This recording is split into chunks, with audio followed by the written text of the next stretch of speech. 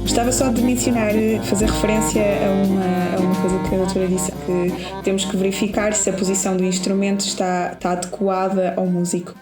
Eu acho que não é assim tão incomum que os professores também tenham uma noção muito até rígida sobre como é que o instrumento deve ser tocado, como é que deve ser a posição do instrumento, e que na verdade também há um bocadinho um desconhecimento mesmo, pronto, por parte dos professores, porque eu acho que isto não é uma coisa falada assim há tanto tempo, que se calhar não há uma posição correta, a técnica certa para se tocar um determinado instrumento, e que nós temos que adaptar isso às nossas próprias características físicas, seja isso tipo a nossa flexibilidade ou falta dela, ou eu acho que se calhar também era importante falarmos um bocadinho mais aprofundadamente sobre isso, só para esclarecer que só porque o nosso professor faz de uma determinada maneira, e se nós nos estamos a dar mal a tocar dessa forma, é porque essa não é a forma correta, pelo menos para nós.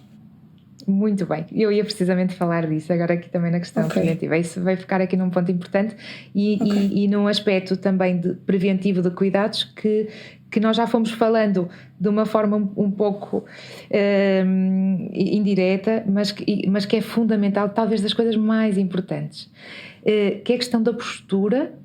E quando falo da postura da nossa postura e da nossa postura com o instrumento. E aqui, ao falarmos de postura inerente, eu costumo dizer, e vai muito em contra o que a Catarina disse, é que eu não gosto de falar da postura correta, porque eu acho que, na minha opinião, isto é uma opinião baseada na minha experiência clínica, não existe a postura correta, existem as posturas mais adequadas, e são mais adequadas tendo em conta aquilo que nós sabemos que será o melhor e que biomecanicamente funcionará melhor para cada instrumento, não é? E para nós, mas também que tenha em conta aquilo que funciona melhor para a nossa fisionomia. Nós somos todos diferentes uns dos outros, ok? Se uns de nós têm a curvatura lombar mais acentuada, outros têm menos, vão precisar de uma cadeira com um apoio diferente. Se uns de nós, se eu toco violino e o meu polegar é muito comprido, a minha posição vai ter que ser diferente, não pode ser igual a alguém que tem um polegar mais curto, não é? Não há muita hipótese, ou se eu tenho um braço muito longo ou se eu tenho um braço mais curto, não é? É muito curioso, porque nós achamos muito que, coitadinhos dos instrumentistas, tocam instrumentos assimétricos, eles é que têm problemas. Quem toca piano ou acordeão não tem. E não é verdade, não é? Absolutamente. Não é verdade. É verdade que, por exemplo, um aluno de violino pode ter uma maior predisposição por estar ali numa postura sempre um bocadinho mais assimétrica, mas há outras posturas que, parecendo posturas, digamos, mais fisiológicas, podem também, não pela postura em si, mas podem também cursar com dor e com lesões. E isto tem muito a ver também com a forma como nós tocamos, com a forma como aprendemos a tocar, com alguns aspectos técnicos, e aqui é muito verdade que tem que haver aqui alguma flexibilidade por parte do professor, porque efetivamente aquilo que resulta para um aluno pode não resultar para outro aluno e pode não ser o mesmo que resulta para ele mesmo, e portanto temos que respeitar sobretudo aqui os nossos sinais de alarme. A dor é um dos sinais mais importantes. Se estamos a sentir dor, quer dizer que aquilo não está a resultar para nós. Temos que procurar outras estratégias, outras alternativas, e muitas vezes pode ter a ver com a posição do punho, com a forma como articulamos, com o peso que damos até à ponta do dedo, pode ter a ver com muitas questões. E aqui, para não esquecer de referir, que então aqui muito, muito importante será, como é óbvio, termos uma postura adequada, o mais adequada possível, e percebermos qual é a postura mais adequada para nós mesmos, e nós com o nosso instrumento, no nosso contexto, com a nossa cadeira, com a sala onde estamos. Mas acima de tudo, mais importante até do que a postura, eu diria, é nós conseguirmos manter um relaxamento, porque nós podemos estar, e aqui focar, então aqui explicar porque é que os músicos que tocam instrumentos muito simétricos, com posturas muito simétricas, à partida também têm muitas dores e muita tensão muscular, não é? Porquê? Então, se é tão simétrico, se a partida será uma posição tão fisiológica, porque é que sentem tensão? Porquê? Porque nós temos uma hiperativação de determinados músculos, desnecessária, completamente desnecessária. E aí que a avaliação médica é muito importante. E a avaliação médica no contexto da performance, porque às vezes nós, quando estamos sentados a ver televisão, estamos relaxadinhos e não estamos a hiperativar esses músculos. E só estamos a hiperativar esses músculos, determinados músculos, quando estamos a tocar. Muitas vezes, por exemplo, falando aqui nos pianistas, desculpem puxar aqui a brasa à minha sardinha, mas é mais fácil porque é um instrumento. Mas só para dar este exemplo, porque é muito comum depois a outros instrumentos. Mas que, efetivamente, nós pensamos no piano, pronto, estamos a tocar com as duas mãos, é tudo muito simétrico, até parece algo muito em espelho, não é?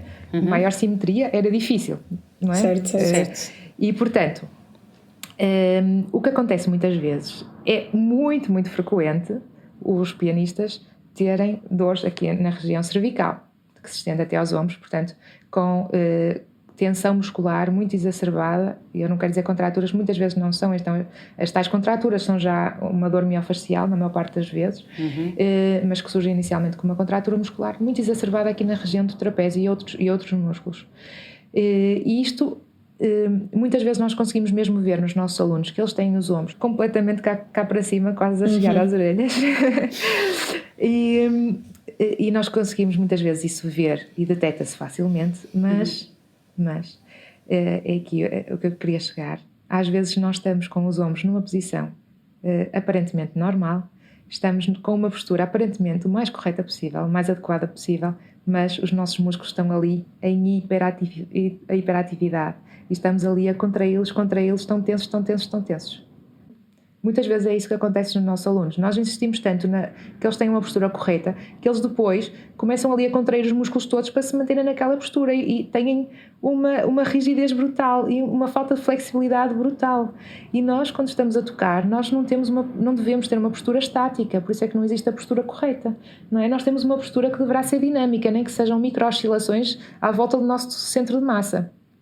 Mas essas oscilações devem existir, que senão nós não estamos relaxados. Imaginem assim, então se a única coisa importante para não termos tensão muscular fosse a postura correta, então nós dizíamos assim, pronto, então vocês podem estudar 10 horas seguidas sem fazer pausa na postura correta e não vão ter dores, nem lesões.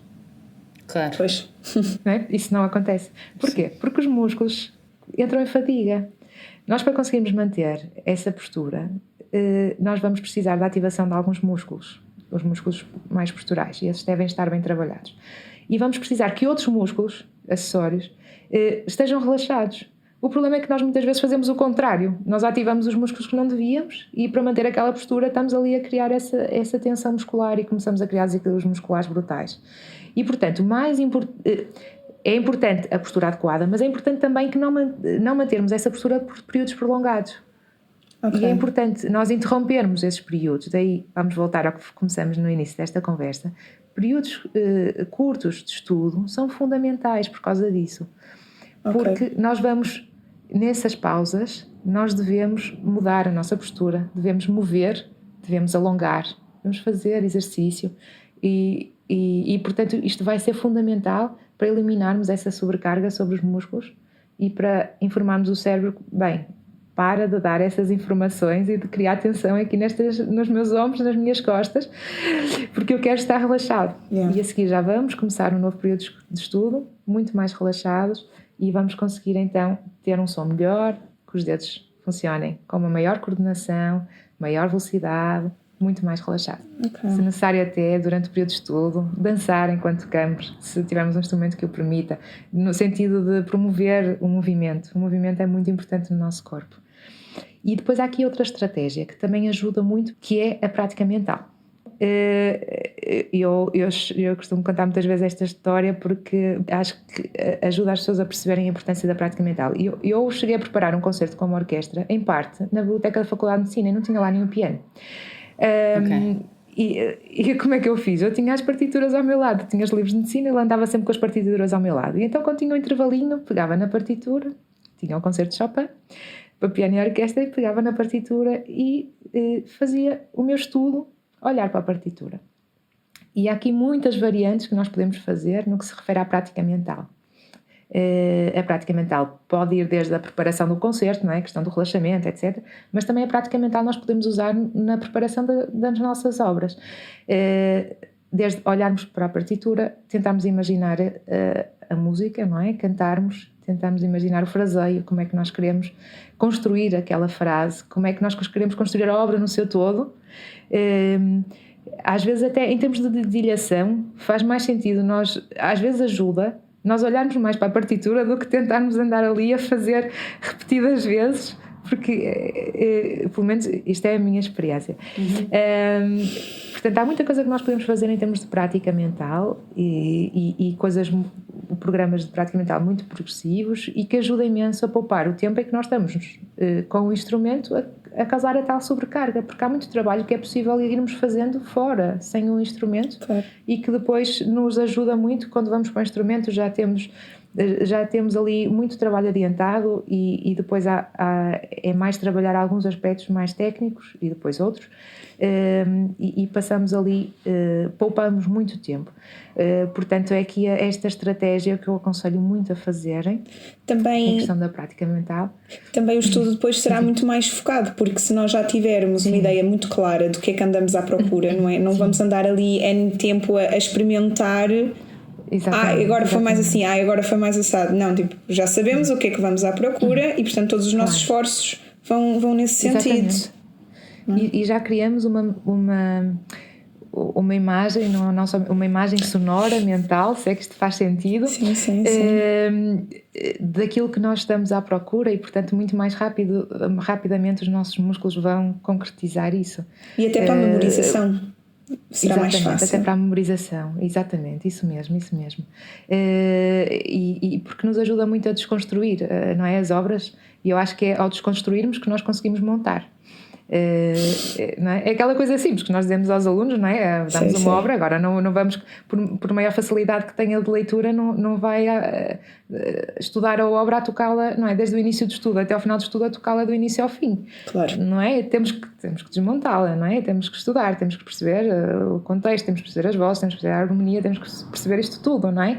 E esse trabalho nós conseguimos também fazê-lo, até cantar, olhar para a partitura e cantar. É verdade. Ajuda muitas vezes a perceber onde é que nós queremos ir e o potencial que nós conseguimos depois fazer com os nossos dedos. Certo. Eu tive um professor que ele dizia que o que nós não conseguíssemos cantar, não conseguíamos tocar, e estamos a falar de acordeão. Mas que não seja até por uma questão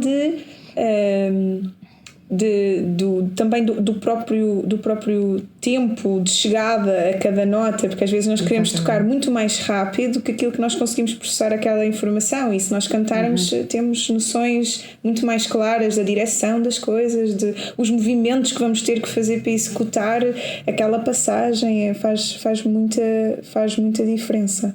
Sim. E há uma noção também muito maior daquilo que realmente se está a fazer, porque há uma conexão muito maior da partitura com o som. E também temos uma maior noção da obra como um todo, não é? Exatamente, sim. Construímos na nossa cabeça o que é que idealizamos e aquilo que nós desejamos, depois de resolver os problemas mais técnicos, obter.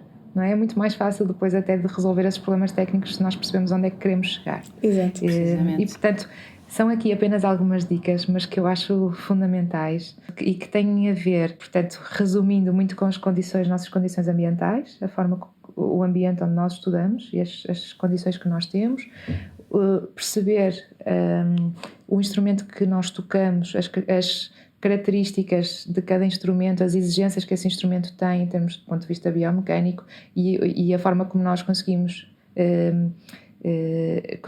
adaptar esse instrumento com a nossa própria fisionomia. Tem muito a ver com a questão da postura adequada e não mais correta, e as posturas pouco prolongadas no tempo, com as muitas pausas, fomentando muita flexibilidade.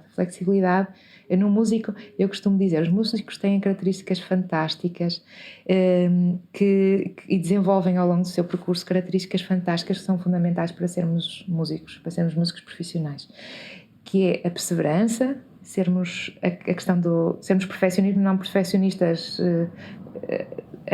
perfeccionistas até determinados limites, não é? De tentarmos ser o melhor possíveis de nós próprios, não é? Sermos a nossa melhor versão e fazermos o melhor e termos sempre o objetivo de cada vez superarmos desafios mais importantes, que sejam mais significativos para nós não para os outros, mas efetivamente o músico também tem outras características que são muito boas, que é a criatividade e a flexibilidade. E muitas vezes o músico fica tão focado nesta via do perfeccionismo, do querer alcançar aquele desafio e daquela perseverança, que se esquece de buscar a outra característica que tem tão boa, que é a criatividade e a flexibilidade do artista. Não é? Isto é tão importante, nós fundirmos estas características para conseguirmos ter aqui um bom equilíbrio. E portanto, nós quando estamos a tocar não podemos estar nesta rigidez, não é? Nós temos que ter esta flexibilidade. Exato. Esta flexibilidade do corpo e da mente. É muito importante. Não é? Isso ajuda-nos muito no estudo. Muito, muito, muito. E portanto acho que isto acaba por também resumir um bocadinho tudo aquilo que fomos falando. Sim. E tem muito a ver com a nossa postura, não corporal, mas a nossa postura quando se refere a comportamento. Não é? O nosso comportamento perante as situações e perante aquilo que nós queremos fazer da nossa carreira, nosso percurso como músicos, e que depois tem também outras implicações. Se nós tivermos esta flexibilidade, isto vai-nos ajudar imenso, e vai-nos ajudar imenso depois também a vermos com outros olhos e com outra aprendizagem os desafios e os insucessos que muitas vezes a carreira de um músico tem, e que são inerentes, não é? Claro. E portanto conseguirmos perceber melhor todos esses momentos, os mais felizes, os menos felizes, e termos essa flexibilidade para os receber, para os entender, para os digerir e para os superar, e para continuarmos a ser perseverantes, mas flexíveis. Sónia, eu acho que tu querias dizer qualquer coisa, não é? Desculpa. Fantástica. Que belo resumo aqui daquilo que foi falado. Há uma coisa que me está a intrigar, doutora. Sim. Que é, ainda não falou da questão da prática de desporto. E por acaso, eu vou já adiantar para lançar aqui o tema. Já falamos muito de exercício. Falámos de exercício, não falámos especificamente da prática de desporto. Sim. E eu vi num artigo que li sobre este assunto, de um coach desportivo que também foi contrabaixista, que ele diz que os músicos não devem fazer desporto. Isto é relacionado com o facto de... está relacionado com o facto de o desporto, na sua grande maioria, prevê ou implica gestos e movimentos repetitivos e cíclicos, que é exatamente aquilo que nós fazemos quando estamos a tocar. Claro que há desportos mais generosos do que outros nesta questão, mas faz sentido refletir isso sobre esta questão do desporto nos músicos. Muito. Essa questão, vocês realmente são ótimas, essa questão é super pertinente. E efetivamente isto daria, não para um podcast, uma entrevista, mas dava para uma semana só a falar sobre exercício. Bem, e por isso eu falo muito sobre o exercício. Eu não sei quantas vezes referi a palavra exercício, mas hoje eu já referi algumas vezes. Pouco o desporto, porque aqui isto depois entra um bocadinho no foro médico, já em relação a definições, alguns conceitos, mas assim muito rapidamente nós temos atividade física, que é aquelas atividades que nós fazemos no nosso dia-a-dia e que não exigem uma prescrição médica, e depois temos o exercício. E o exercício físico é uma atividade estruturada, uma atividade física estruturada que deve ser prescrita, idealmente, por um médico com formação na área. Okay? E quando eu falo em exercício, nós aqui, por exemplo, no caso da tensão muscular, nós temos retrações musculares, aqui o alongamento bem feito, raras vezes é bem feito, infelizmente, quando não é ensinado, raras vezes é bem feito. Um alongamento bem feito tem efeitos terapêuticos fantásticos, é fundamental para tratar não só as contraturas como as tendinopatias, as tendinites, etc. E outros tipos de exercícios, exercícios excêntricos, etc. Mas tem os seus timings, tem os seus parâmetros específicos e tem a sua forma correta de fazer. Isto tem que ser algo prescrito por um médico com formação na área e deve ser algo que é acompanhado, e pode até ser supervisionado ou não, mas tem que ser algo que tem que ter alguma vigilância e deve ser ajustado no tempo. Portanto, aqui é algo terapêutico, ok? Outra coisa é nós temos assim, pronto, então muitas pessoas dizem. Ainda ontem estive a dar uma palestra num curso para colegas, e a colega falava, e eu apresentei um caso clínico e perguntei aos colegas o que é que eles achavam, eram colegas de medicina geral familiar, o que é que eles achavam que seria mais importante fazer em termos de exercício, e eles referiram Pilates. E que o Pilates é daqueles que nós achamos, para os problemas das costas é a melhor coisa do mundo. Bem, é fantástico, eu adoro Pilates, yoga, mas muito Pilates clínico tem muitos efeitos muito benéficos para o nosso corpo, mas temos que saber qual é o momento ideal para iniciarmos o Pilates clínico. Se nós estivermos numa fase de muitos desequilíbrios musculares, com muitas contraturas, o Pilates pode agravar, e é por isso que muitas pessoas vão fazer essas aulas e ficam piores, ou ficam piores depois, não ficam piores durante a aula. Pois há esta questão também da questão do exercício, que isto é algo perigoso, porque nós não sentimos dor quando estamos a fazer, porque estamos quentes, o nosso limiar da dor fica muito alterado, mas passado umas horas sentimos, e nem sempre relacionamos que teve a ver com o exercício que nós fizemos, com a modalidade esportiva que nós fizemos. Portanto, sendo assim muito pragmático, obviamente que o exercício é fundamental. E deve ser, e quando nós estamos perante um doente, isto para os nossos ouvintes, para eles perceberem também do ponto de vista prático o que fazer. Quando nós já temos um quadro de dor, quando nós já temos alguma alteração, alguma sensação de tensão, algum desconforto, é fundamental que haja uma avaliação médica e que o programa de exercícios seja prescrito e adaptado de forma a que seja o mais adequado e seja benéfico e não prejudicial. Porque há um risco muito grande, há aqui uma linha muito ténue entre aquilo que pode ser prejudicial e o que não pode, ok? O mesmo exercício, feito de forma errada, pode ser muito prejudicial, ok? É tão simples quanto isso. Quando falamos de músicos que não têm qualquer tipo de dor, qualquer tipo de lesão, qualquer tipo de tensão muscular, e isto falando de uma forma mais preventiva, obviamente que há aqui modalidades que podem ser muito úteis, há outras modalidades que pela sua sobrecarga, pelos tais movimentos de repetição que também envolvem e por solicitarem os mesmos músculos que solicitamos muitas vezes quando estamos a tocar, podem não ser os mais adequados. Por exemplo, o Pilates, de uma forma preventiva, pode ser muito interessante mesmo, porque ajuda-nos muito, faz também algum trabalho de alongamento e ajuda-nos muito a trabalhar a nossa postura e a trabalhar os músculos que são responsáveis por manter a postura, os nossos músculos mais profundos posturais. Se falarmos, por exemplo, da natação, e quando nós dizemos vá fazer exercício para a água, isto aqui é algo muito vago, não é? Porque nós, quando falamos em hidroterapia, que é usar os benefícios da água, a hidrocinestesia, fazer exercício em água, nós podemos fazer muitas coisas. Podemos fazer aquelas aulas de hidroginástica, que às vezes podem até prejudicar, depende um bocadinho do tipo. No caso dos músicos, como usam muito esta região mais superior e muitas vezes nas aulas de hidroginástica a água está pela zona de região mamilar ou região do umbigo, é como se estivéssemos a fazer exercício fora da água, portanto estamos só a fazer a sobrecarga cá para cima e não estamos a ter os benefícios da água, ok? Faz sentido, não faz? Portanto, eu sou super apologista de exercício em água, ok? Mas para explicar que isto tem aqui muitos pormenores que depois fazem a diferença. Agora, por exemplo, quando estamos a reproduzir alguns movimentos dentro da água, tem todos os benefícios. Falarmos, por exemplo, dizemos, por exemplo, que um violinista vai ter menos dor se também for nadador de alta competição e andar a fazer crawl todos os dias. Não.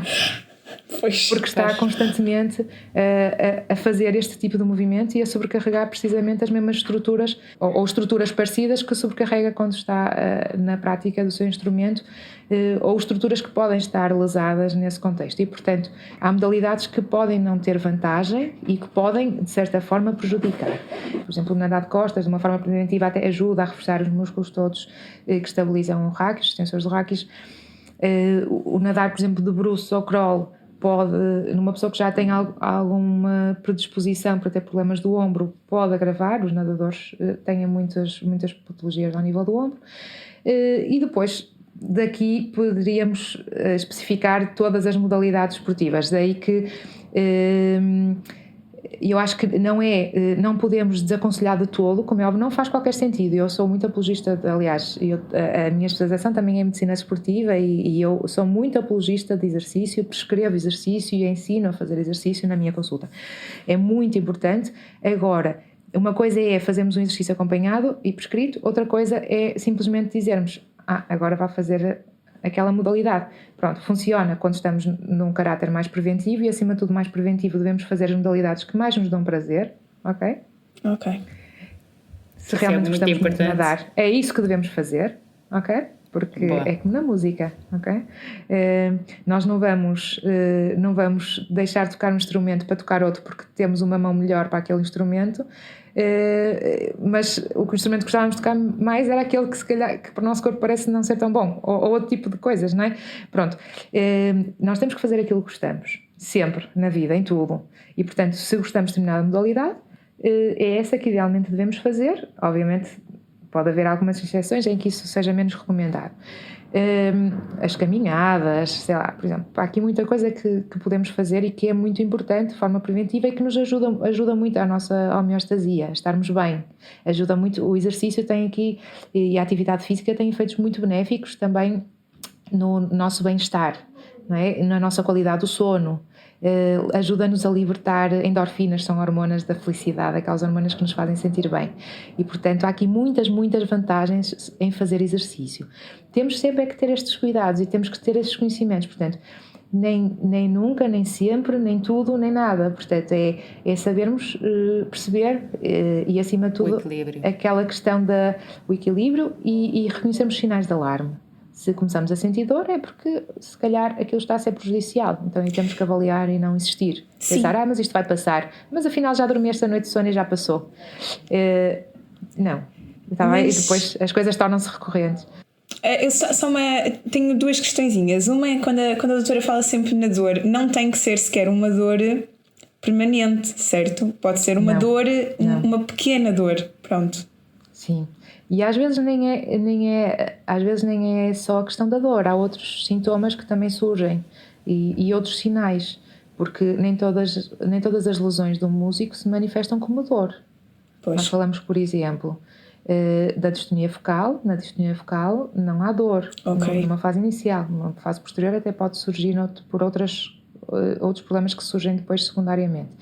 Mas aqui as alterações que nós sentimos e que podem fazer procurar e que devem fazer procurar cuidados médicos especializados, pode ser, por exemplo, formigueiros nos dedos, pode ser, por exemplo, a sensação de tensão que não conseguimos eliminar, pode ser, por exemplo, uma visão turva, pode ser uma alteração da audição, pode ser uma dificuldade no controle dos nossos dedos ou dos músculos de empocadura, ou dificuldade no relaxamento, pode ser uma hesitação a tocar, pode ser, às vezes, há coisas que nós começamos a notar mais quando estamos a tocar e que são logo sinais de uma fase muito precoce, que é, eu conseguia fazer tão bem isto e agora já não consigo.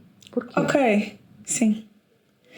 Pronto, estava a perguntar isto porque acho que isto é um tema tão pouco falado e tão pouco conhecido que eu penso que nós também, quando eu digo nós, pronto, vou generalizar aqui um bocadinho e falar enquanto estudantes de música ou músicos, que nós acho que deixamos sempre chegar a um ponto já de bastante gravidade, porque até lá muitas vezes nós simplesmente não vamos reconhecer esses sinais como sendo... É tão precoce que para nós nem passa ao lado, não é? É tipo, é só uma coisinha, amanhã já fica bom. E de uma forma geral, acho que há sempre um bocadinho aquele medo de ir ao médico. E então, como isto acontece muitas vezes, e eu querer, esmiuçar um bocadinho mais essa questão, tipo, o mínimo sinal. Exatamente, e é muito importante desmistificarmos também isso, porque efetivamente nos músicos isto ainda acontece mais. Porque há aquela consciência que se faz uma tarefa que é exigente, mas há pouca consciência que isso depois tem que ser compensado de alguma forma, com algumas intervenções. Pois. Não é? E portanto, se estamos ali aquele tempo todo a tocar, depois vamos ter que estar ainda mais tempo a fazer exercício de alongamento. Não cabe na cabeça de ninguém ir para o ginásio fazer reforço muscular e depois não alongar no fim. Se calhar, nós fazemos pouco, ainda assim. Mas a verdade é que o músico assume que a profissão que tem, ou o aluno assume que tocar aquelas horas implica ter dor, e não implica. Não tem que implicar, não é? Nós temos que fazer sem dor e entra num ciclo vicioso. E depois há o estigma também. O estigma de assumir para ele próprio e perante os outros de que está a desenvolver, tem algum sinal que precisa de ajuda. Isso não há problema nenhum. O problema é se não pede ajuda, isso não resolve o problema, Exato. porque depois já vamos estar numa fase mais difícil de tratar e que vai ter implicações mais importantes na performance e na qualidade de vida da pessoa, do músico, não é? E vai gerar todos os outros sintomas que depois surgem quase acessoriamente e de forma reativa, mas no foro da saúde mental. Portanto, é muito importante. E aqui eu como sendo música, eu assumo isto um bocadinho quase como uma missão, de tentar sensibilizar e tentar ajudar, porque é a minha função como médica, e conhecendo o contexto artístico tão bem como conheço e sabendo das dificuldades que existem e da pouca informação que existe, é a minha função, efetivamente, sensibilizar os músicos e ajudá-los a atingirem, no fundo, o seu máximo potencial performativo. Pronto. E conseguimos fazer isto tanto melhor se a pessoa procurar precocemente, porque se estivermos numa fase mais tardia já vamos ter feito muito dano para trás. Pois. Já vamos ter falhado muitos concertos, já vamos ter falhado muitos solos que gostaríamos de ter feito de uma forma melhor.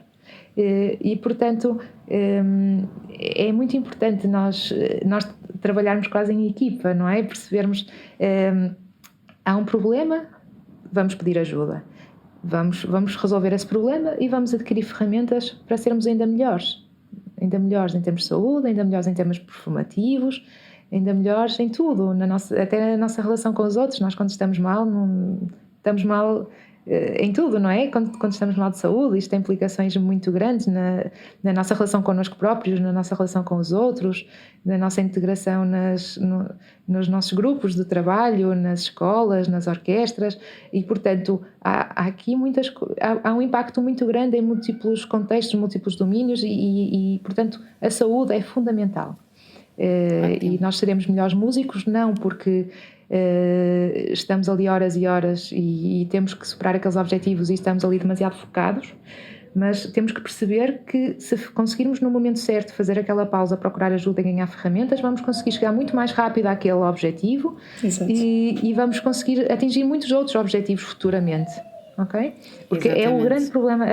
Geralmente os músicos vêm-me sempre, e eu percebo perfeitamente, mas eles dizem sempre: mas eu vim, era para viajar, mas entretanto não vim porque tinha aquela audição na orquestra, e depois tinha aqueles concertos que não podia falhar, e depois a seguir tinha aquele repertório para fazer, e depois não sei o quê, e depois eu pergunto: mas neste percurso, nesses objetivos todos, não teve que entretanto deixar de tocar porque já não conseguia? Assim, se calhar se tivéssemos parado ali um diazinho para fazer aquela avaliação e adquirido aqui algumas ferramentas, se calhar não tínhamos sequer necessitado de fazer essa pausa, porque geralmente não é preciso pararmos de tocar para resolvermos problemas, muito menos se for numa fase muito precoce. Olha, assim em jeito de resumo, acho que podemos então concluir que uma ida ao médico, neste caso por exemplo ao centro de que a doutora Ana agora está à frente, e gostávamos que pudesse só explicar um bocadinho da história do centro e de qual é que é a missão. Faz sempre sentido, então, de forma preventiva ou não, ir ao centro, e até mesmo para se deixar aconselhar sobre aquilo que já são as suas práticas, ou as práticas, pronto, de cada músico. Ou, por exemplo, como falámos na questão do desporto, se pretendemos ir praticar um desporto, se calhar não é assim tão estranho nós primeiro deixarmos aconselhar por um fisiatra para perceber se aquilo que vamos fazer realmente benéfico. É bom para nós, não é? Se realmente faz sentido nós estarmos a investir nisso, ou se não deveríamos estar a investir noutra coisa. Pode, se calhar, elaborar um bocadinho aqui sobre este assunto? Sim, claro que sim. Muito bem. O Centro Internacional de Medicina das Artes surge aqui com o objetivo principal, no fundo, de vir dar aqui uma ajuda aos nossos músicos. Eu ia dizer músicos portugueses, mas a verdade é que já temos músicos também de outros locais, de outros países, mas no fundo para colmatar uma carência gravíssima que tínhamos cá em Portugal nos cuidados médicos especializados aos músicos e outros artistas de performance. O centro também é especializado na abordagem de bailarinos e outros artistas, que é também, portanto, é a minha área de especialização em Medicina das Artes Performativas. E isto surge muito pelo meu percurso, porque como música fui tendo muitos amigos, muitos colegas que ao longo do percurso foram desenvolvendo alguns problemas, algumas lesões e que suspenderam carreiras podiam ter sido brilhantes, por situações clínicas que estão fáceis de resolver e que nós temos formas de as tratar. E como entretanto eu fui seguindo paralelamente um percurso também na área da medicina, senti sempre esta responsabilidade e esta vontade de poder também contribuir. Eu trabalhei lá fora, em alguns destes centros, há alguns anos, e inclusive lá fora vi alguns músicos portugueses, porque não tinham cá essa oferta, a terem que ir lá para fora, tratar-se nesses centros, e portanto mal surgiu a oportunidade, portanto criei este centro cá em Portugal precisamente para isso, para podermos oferecer aos nossos músicos estes cuidados especializados, porque como já fomos falando, há realmente aqui especificidades muito particulares no contexto artístico e não só para lesões que são desenvolvidas pela prática ou no contexto da prática do instrumento, mas também outras lesões. Eu tenho, por exemplo, muitos músicos que fizeram um traumatismo que não teve nada a ver. Eu tratei ainda há algum tempo uma pianista que 1 hora antes do concerto caiu de umas escadas abaixo e fez uma fratura de um dedo. Não teve nada a ver com a prática do piano, mas a verdade é que aquilo seria uma situação que poderia ter feito com que ela nunca mais tocasse. Pois. E ela, passado 3 meses, estava a dar concertos sem qualquer limitação, porque nós fizemos um programa de recuperação e uma retoma à performance de uma forma concomitante. Fizemos um programa de recuperação adaptado, como na medicina desportiva. O Cristiano Ronaldo não faz o mesmo tipo de tratamento quando faz uma lesão no joelho que faz um idoso de 80 anos com a mesma lesão. Claro. Não é? Nós temos que adaptar. Ou uma pessoa da mesma idade que ele, com todas as mesmas características, mas que não tem a atividade que ele tem. Física, certo? E, portanto, há aqui toda uma série de estratégias e de exercícios específicos no contexto do instrumento que é fundamental para conseguirmos esta recuperação na sua totalidade e esta recuperação mais célere. E, portanto, surgiu assim, então, o Centro Internacional de Medicina das Artes. Portanto, ele visa não só esta avaliação específica, esta avaliação mais especializada e o tratamento de lesões, mas também tem este caráter de promoção da saúde do músico e essa promoção faz-se com essas avaliações, esses rastreios e a definição de programas preventivos de lesão individualizados para cada músico, para cada contexto. Portanto, é nesse sentido e fico mesmo muito feliz que me imaginam por poder contribuir e ajudar, porque é uma enorme satisfação depois poder ir assistir ao concerto dos meus músicos e receber mensagens depois com os feedbacks e perceber que conseguimos ajudar aquela pessoa e o impacto que isto tem, não é? Nós sabemos, como músicos, o impacto que isto tem na nossa qualidade de vida, na nossa satisfação, na nossa realização, como profissionalmente e pessoalmente, não é?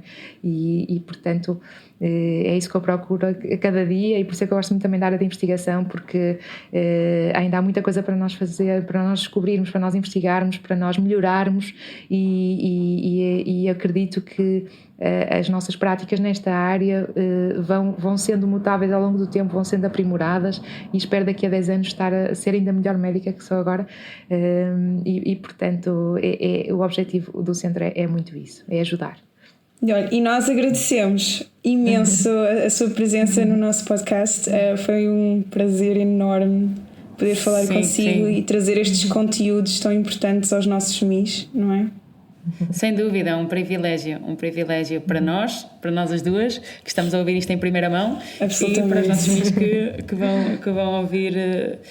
Difícil vai ser selecionar a informação que podemos partilhar. Eu acho que é tudo tão importante.